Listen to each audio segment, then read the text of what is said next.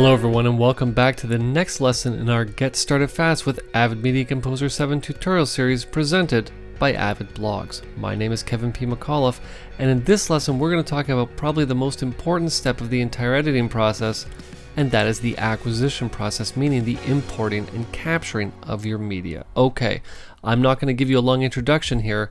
Let's just get into Avid Media Composer and let's get started.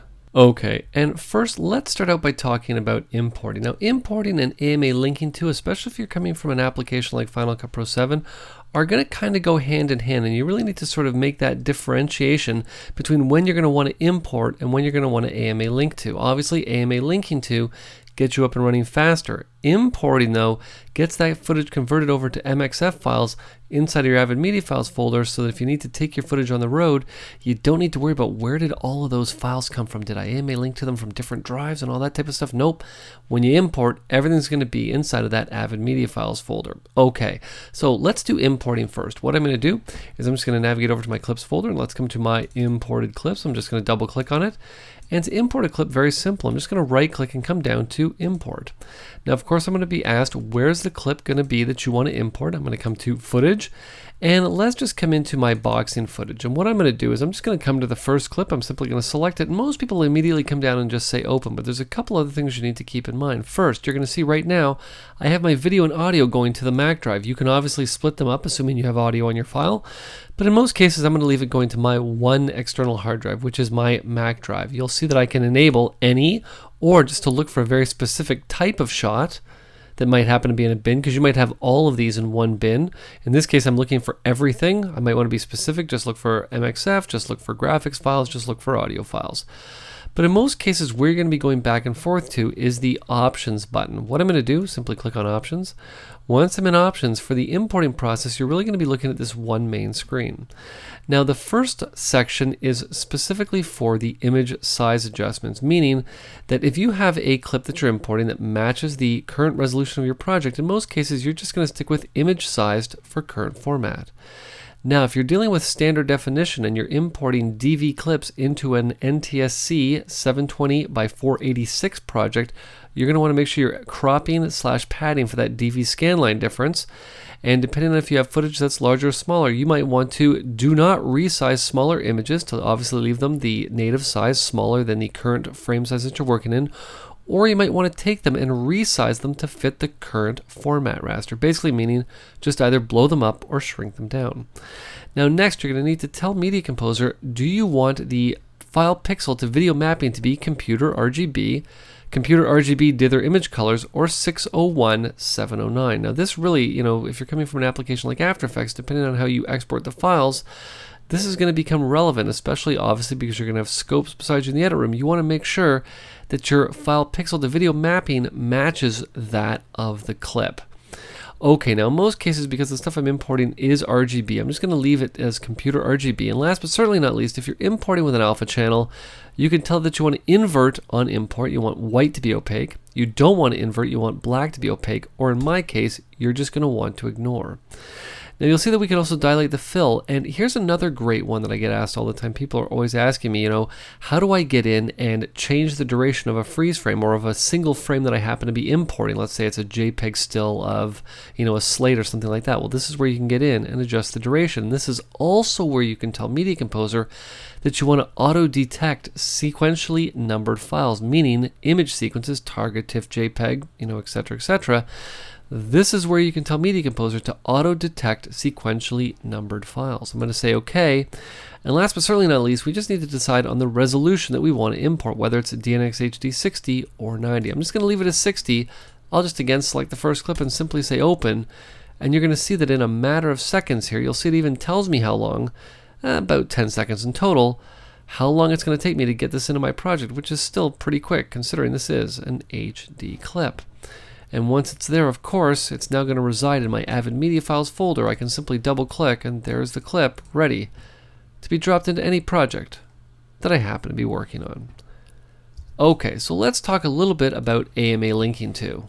Now, for the purposes of this tutorial, we're going to talk about AMA linking to specifically for individual clips and not for volumes. We'll talk about importing AMA volumes such as XDCAM, P2 and things like that in a later lesson.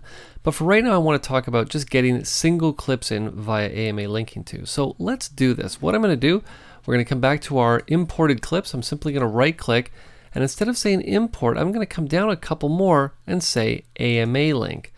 Now you're going to see the AMA window looks slightly different from the import window, but it's all still basically the same. What I want to do is inside of my Mac drive, I want to come back to my footage here. So let's find my footage. There we go. I'm simply going to double click on it. And in this case, I'm going to AMA link to my elephant shot. So I'm going to come to elephants and I'm just going to pick one of them at random. I'll just pick, elephants number 1. And I'm going to leave everything on their default. So I'll use the current AMA settings. I'm going to auto detect AMA plugins. And I'm simply going to say open. Literally, in a matter of seconds, I now have this elephant's clip ready to play back in my timeline.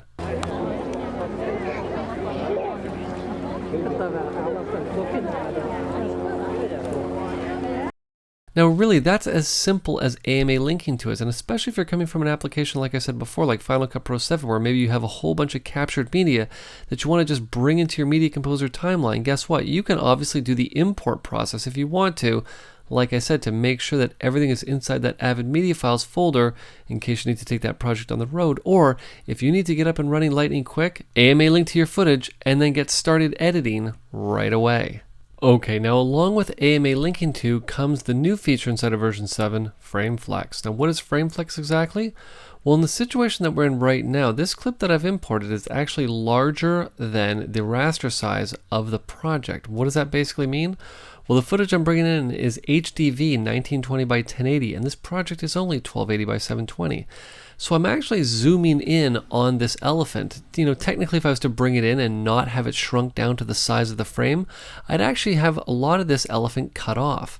So basically what FrameFlex does is it gives me the ability to move the frame around this larger size shot that I haven't had access to before and I haven't been able to do before. Now, how do we find FrameFlex?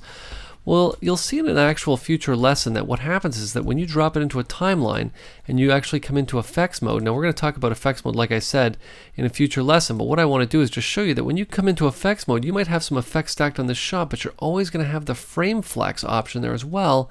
Why? Because you can actually adjust it right from here.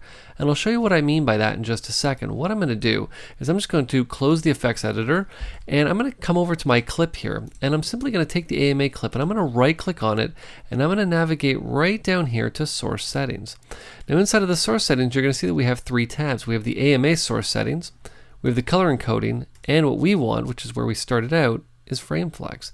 You'll see right now already the raster dimension is 1440 by 1080. The image aspect ratio is 16 by 9 and the pixel aspect ratio is 1.33 to 1 because Avid knows that this is HDV. You'll see that I can get in and I can have the same size as project's raster dimensions if I want. I can get into the aspect ratio and such and like. But for me, really, the power of FrameFlex is just being able to grab the frame and adjust it like this. And as I adjust it, you'll see it updates in the bottom very quickly. Now, if at any point I was happy with this, I could simply say apply, and you'll see that as soon as I say apply, it immediately updates it up here inside of the preview window. And what I'm going to do now is simply say apply and say, okay, now I know you're probably thinking to yourself, Kev, that footage looks awful. It's so blurry. This FrameFlex does, this doesn't work right. There's something that must be wrong with it. Well, you know what? It's not that there's anything wrong with FrameFlex. It's just that I'm actually not working my timeline right because I'm actually looking at my timeline in preview mode, and I can actually get out of preview mode very easily by coming right down here to the little video quality menu button, which is a yellow and green combined image or combined little icon, and I can simply click on it. And as soon as I do, you'll see suddenly the quality of this image gets worlds better. Now, of course, you got to keep in mind the footage is HDV, so the quality is only going to be so good at best. But take a look at that. I've actually gone in and I've adjusted this clip because remember, I'm adjusting it over here in my clips bin, not in the timeline. So I'm going to take this clip and I'm just going to drop it back into the timeline. You'll see that we're now actually zoomed in. What I'm going to do is just come back to the beginning here. There we go. Now what's very cool about FrameFlex, you'll remember I just showed you effects mode. We're going to talk about effects mode coming up in one of our next lessons. I'm just going to step back into effects mode. Why? Because we'll take a look. There's that actual frame that I had when I was adjusting it on the actual clip itself. And of course I can come in at any point and I can move this frame however I want, and you see it adjusts on the actual clip. What a fantastic feature, especially if you're working with footage like 4K footage inside of a 1920 by 1080 timeline. It gives you the flexibility of showing the entire frame or getting real specific and zooming in however you like. And of course, if I wanted to, we could come down here. I could add a keyframe there. We could just adjust this right back. And of course, you'll see that over time, this is actually going to animate. So technically, we're panning and zooming just like the Ken Burns effect inside of FrameFlex. Now again, we're going to talk way more about FrameFlex coming up in future lessons, but I wanted to just sort of give you a primer to it, especially if you're working in 2K or 4K inside a Media Composer and you obviously want to take that footage and use it in a 1920 by 1080 timeline. You have lots of choice when it comes to how you want to set this footage up and how you want to have the viewer at home see it. Now, I do want to mention before we move on that we do have some fantastic capabilities inside of version 7 of Media Composer that we've never had access to before. And one of them is background tasks. Now, what exactly is a background task? Well, let me show you. If I navigate up to the Tools dropdown, I'm going to come up to Tools, I'm going to come down to my Dynamic Media folders. And what a Dynamic Media folder is, it's a way for me to set up folders outside of Media Composer that I'm going to assign certain tasks to do. Now in this case, I have a folder called Transcodes Go Here, and you'll see that if I actually hide Media Composer and I go to my Mac drive, I've actually got a folder all the way down here at the bottom called Transcodes Go Here. You'll see I actually have a file in there right now. But what I've basically done inside of Media Composer is that with my profile called KPM1, I've told Media Composer that what I basically wanted to do is I wanted to transcode this file to DNX HD60. So let me show you how this is going to play out. What I'm going to do is just hide Media Composer. I'm going to grab a clip, and I'm just going to come into the Mac drive here, and I'm going to come all the way to the top to footage. Let's come into my footage folder. Let's just grab a boxing shot here. Come up to boxing, there's boxing, and let's just grab shot 377. I'm going to take it, and I'm simply going to drag it from one folder to another. Now, as soon as it's in that folder, what I'm going to do is I'm actually going to Command and Tab back into Media Composer. We're just going to come to my Dynamic Media folder, and what we're basically going to do is nothing. Now, I know you're probably thinking, Kev, well, what do you mean we're not going to do anything? Well, remember that file that I copied into that folder all of about 3 seconds ago? Well, believe it or not, it's actually already transcoded and ready to work. All of this happened in the background.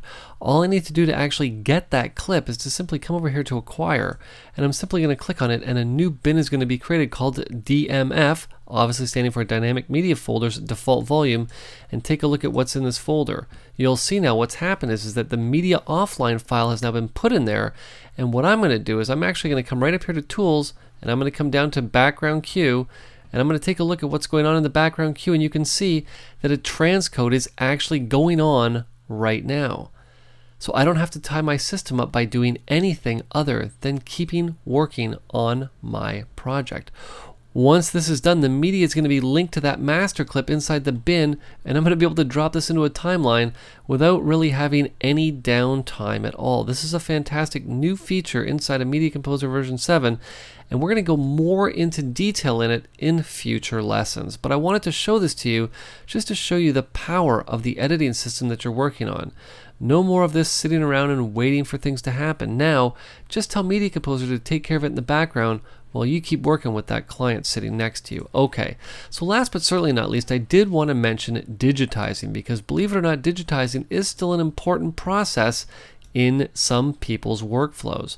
And what I'm going to do is I'm just going to close everything here, and I'm just going to open my location clips bin, because if you're going to digitize, you're going to need to have a bin open. Okay, now to capture footage into Media Composer, we're going to need to access the Digitize tool. A couple ways that we can do that. What we can do, of course, because it is a tool, is navigate up to Tools, and you'll see the capture tool is located right here. Or more importantly, the shortcut is Command and 7, Control and 7 for all my Windows friends out there. So what I'm going to do is simply hit Command and 7. Now, there's a bunch of things in here that you are going to need to know that's very important. Now, there's going to be obviously different hardware out there that you might have attached to your system, whether you're using Avid hardware like a Mojo or a Nitrous, or whether you're using third-party hardware such as from Blackmagic or Aja, or even Matrox. So So really these two options right here, video and audio, are going to be slightly different based on what you're doing.